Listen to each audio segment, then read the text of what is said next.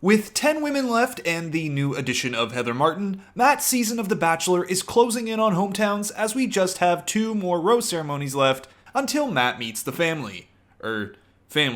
So who's looking to survive these next few rose ceremonies, and will one of the women be Heather Martin, the woman who Hannah Brown said would be a perfect match for Matt? Well, let's take a look at the preview for next week and see what we can find, including enough info to confidently declare a Final Four. Not only that, there's also been a little bit of side sleuthing to discuss that just may prove someone who makes it into the Final 3, Final 2, or possibly even the final pick. And you know the rules, please no posting outright spoilers in the comment section below, and by that I mean anything that doesn't come from an official source or isn't sleuthed out by looking through previews or past footage. And as always, I'll leave a link to the full preview in the description below. You guys don't know me at all. Do you know Matt at all? Like, bitch, what are you doing? This virus is coming in, she's infecting the whole system. So we're going to be starting next episode at yet another rose ceremony, with Heather showing up to see if there's a love connection with Matt. Now, there's ample evidence to suggest the outcome of that later on, but for now, I just want to point out one thing. This shot of Serena C. If you've watched all the preview breakdowns before, you might recognize me mentioning these earrings, the ones that seem to show up everywhere in this franchise. I point them out here because this shot with Serena and the earrings is the last bit of footage we've seen of her from the previews. And you know what that means? Most likely, she's headed home next rose ceremony. What are you doing here? Oh my god. This will never have to be so mean. This feels like a dagger to the chest. Yup, as you might suspect, the reaction to Heather arriving is not going to be a good one. Note, however, that Piper being upset here is probably the only reaction from the segment that actually comes from the cocktail party coming up.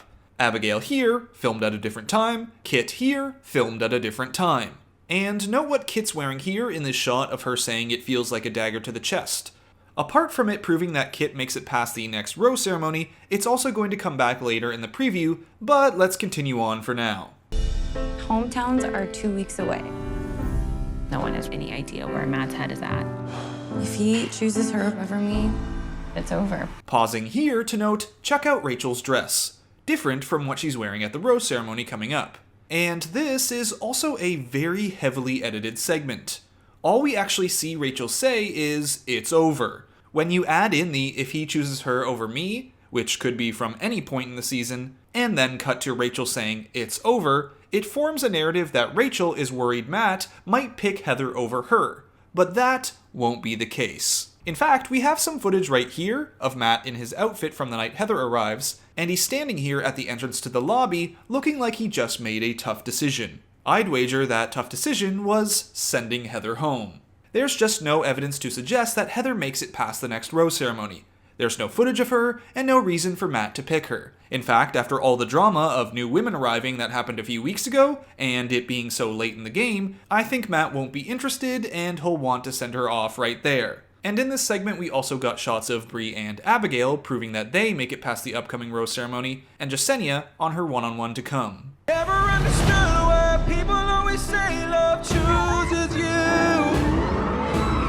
And here's Jasenia's stunt car style date that we talked about last week. We also have a shot of Grammy-nominated artist Aloe Blacc, which may seem unimportant as it's extremely common for artists to perform on the show, but when you really think about it, ask yourself this question: why would he be performing? Last week, Piper and Matt got a private performance from Temecula Road on their one-on-one date, but that was only after Piper received the rose. It's how this seems to work on the show. The performance comes after the rose is handed out. Like, check out this example from Tayshia's season after her one-on-one with Ben. Rose handed out, dance to a private concert.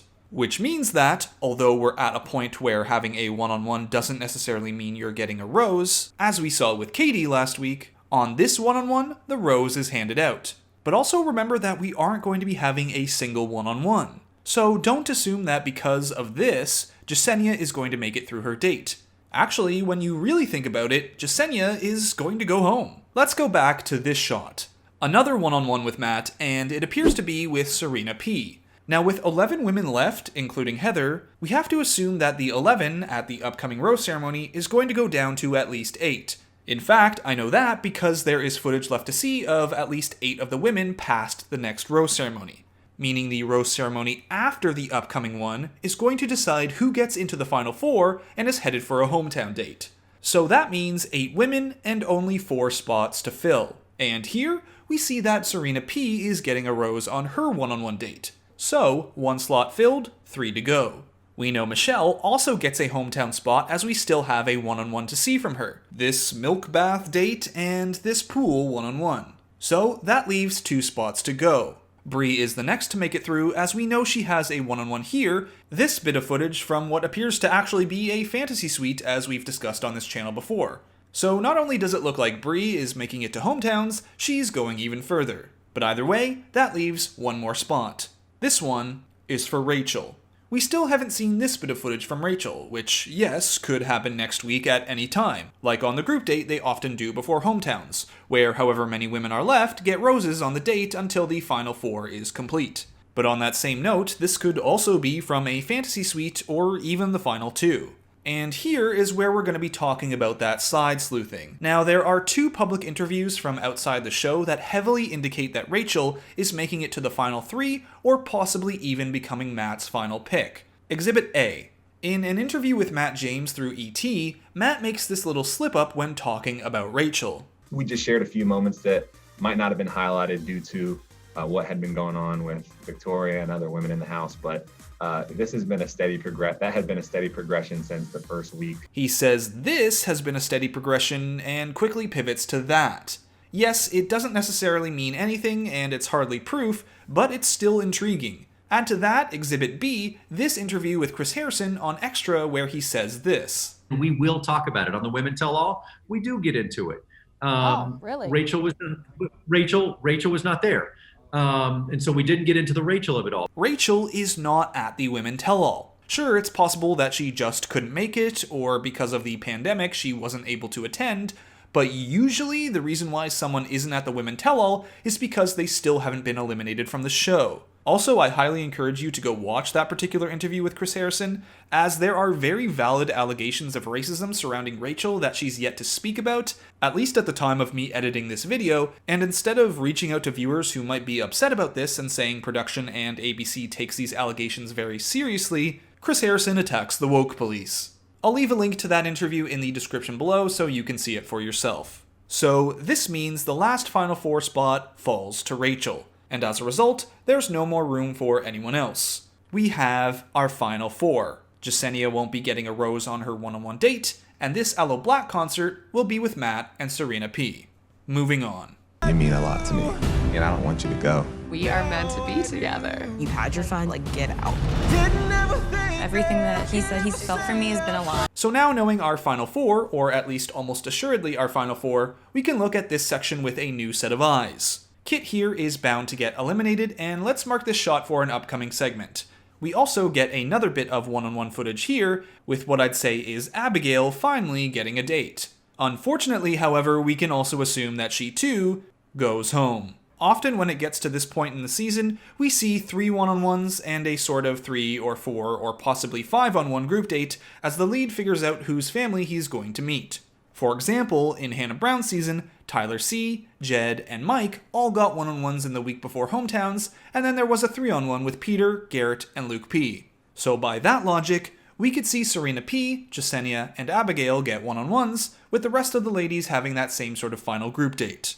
My heart's pulling me in another direction. It is so crazy. That could have happened to any of us. And there, the preview ends, with Matt sending someone home. So let's talk about eliminations and that final group date before hometowns. Of course, with all that we've discussed already, it's easy to say eliminations are everyone but Serena P., Michelle, Bree, and Rachel. But how is that all going to go down? Well, to start off, we have a rose ceremony coming up at the beginning of the next episode. Women who have no more preview footage left are Serena C. and Chelsea. Abigail has footage past this time, so does Jasenia, Kit, and Piper, alongside my suspected final 4. And of course Heather appears to be headed out the same night she arrives. So, at the upcoming rose ceremony, it looks like Serena C. and Chelsea are the ones gone. We then move on to the following week, where Jasenia gets a one-on-one and goes home, as getting a rose this week means heading to hometowns, and we know that's not in the cards for her. Serena P, however, gets a rose, as we can see here. She's headed to hometowns. Then there's Abigail, who finally gets her date, only to be sent home at the end of it, leaving Piper, Bree, Michelle, Rachel, and Kit for the final group date. Of course, this little bit of preview footage is indicating that Matt here is talking to Bree when he says his heart is pulling him in another direction, and then it ends on him sending someone home, but we know that this person can't be Bree that he's talking to, as we still have that fantasy suite footage to get to. This has to be either Kit or Piper. Could be either, but we know for sure that Kit is in this final pre-hometown group date, as check out what Matt's wearing here with Bree, then here sending someone home, and then looky here, from this footage I said we should mark down for later, Matt is wearing the same turtleneck while talking to Kit. So he'll be sending her and Piper home, leaving our final four of Serena P, Bree, Michelle, and Rachel. Now, of course, the details of who gets sent home when, if rules are swapped around a bit, or if someone goes early, could all change, but at the end of the day, I think you'll find that whatever happens, it all leads to the same outcome. The final four is confirmed. So that's it for this preview breakdown of Week 7 of The Bachelor. I hope you enjoyed the video, and as always, be sure to give it a like if you did. Hometowns is almost here, and you know as we get into that, I'll be looking to sleuth out even more about our final rose pick, and until then, Bachelor Fan Take, out. Hometowns are 2 weeks away. No one has any idea where Matt's head is at. If he chooses her over me, it's over.